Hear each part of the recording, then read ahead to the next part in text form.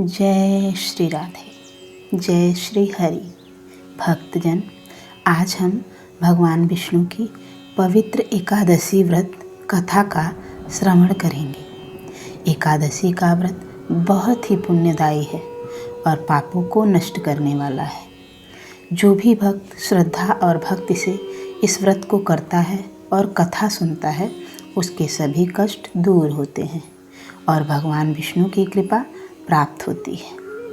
पुराणों में बताया गया है कि एकादशी का व्रत करने से मनुष्य के पाप नष्ट होते हैं और उसे सुख, समृद्धि तथा मोक्ष की प्राप्ति होती है। इसलिए भक्तजन श्रद्धा से इस कथा को सुने और भगवान विष्णु को स्मरण करें। अब हम श्रद्धा और भक्ति के साथ एकादशी व्रत की पवित्र कथा का प्रारंभ करते हैं। बहुत समय पहले की बात है।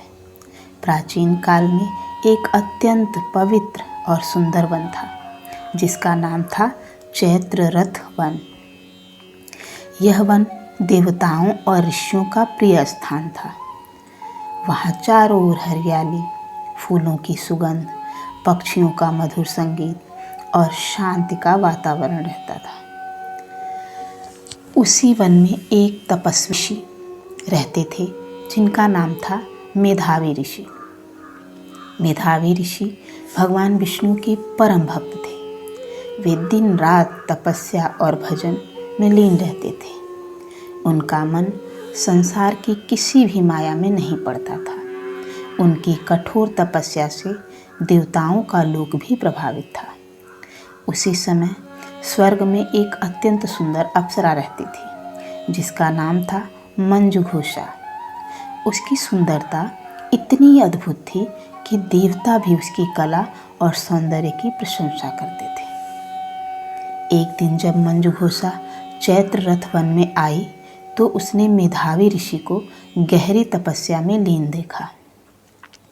ऋषि की तपस्या इतनी तेजस्वी थी कि पूरा वन दिव्य प्रकाश से भर गया था। मंजुघोषा ने सोचा, यदि मैं इनकी तपस्या भंग कर दूं, तो मेरी कला की परीक्षा भी हो जाएगी। उसने बीड़ा उठाई और मधुर स्वर में गाना शुरू किया। उसकी आवाज़ इतनी मोहक थी कि पूरा वातावरण संगीत से भर गया। धीरे धीरे मेधावी ऋषि का ध्यान टूटने लगा। उन्होंने आंखें खोली और सामने मंजुघोषा को देखा। अप्सरा की सुंदरता देखकर उनका मन विचलित हो गया। धीरे धीरे ऋषि का मन तपस्या से हटकर सांसारिक मोह में फंस गया। बीतता गया और वे दोनों साथ रहने लगे, लेकिन समय का पता ही नहीं चला। जो समय ऋषि को कुछ दिन लगा, वास्तव में 57 वर्ष बीत चुके थे। एक दिन अचानक ऋषि को अपने तप का स्मरण हुआ। उन्होंने ध्यान लगाया और देखा कि इतने वर्षों से वे अपनी तपस्या से दूर हो गए।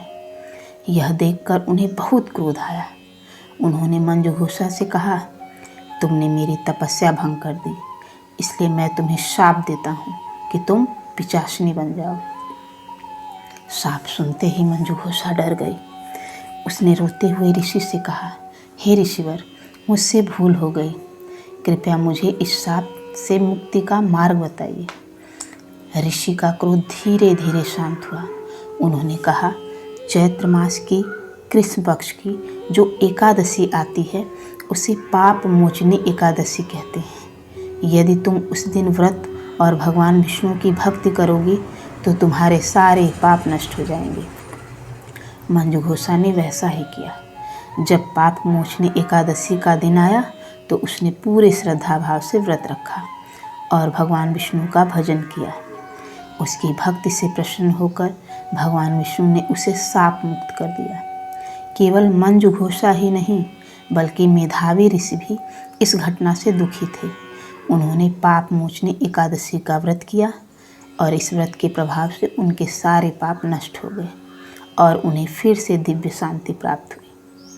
तभी से यह माना जाता है कि पाप मोचनी एकादशी का व्रत करने से जीवन के बड़े से बड़े पाप भी नष्ट हो जाते हैं। जो व्यक्ति इस दिन सच्चे मन से भगवान विष्णु की पूजा करता है, उसे जीवन में शांति, सुख और मोक्ष की प्राप्ति होती है। इसीलिए कहा गया है, पाप मोचनी एकादशी का व्रत केवल एक व्रत नहीं है, बल्कि आत्मा की शुद्धि का महान अवसर है। व्रत रखने का दिन 15 मार्च 2026 रविवार और पारण का समय 16 मार्च 2026 सुबह 6:30 बजे से लेकर 8:54 तक। अगर ये कथा आपको अच्छी लगी हो तो चैनल को लाइक, शेयर और सब्सक्राइब ज़रूर करें। मेरी इस यात्रा में मेरा साथ देने के लिए आपका बहुत बहुत आभार। जय श्री राधे।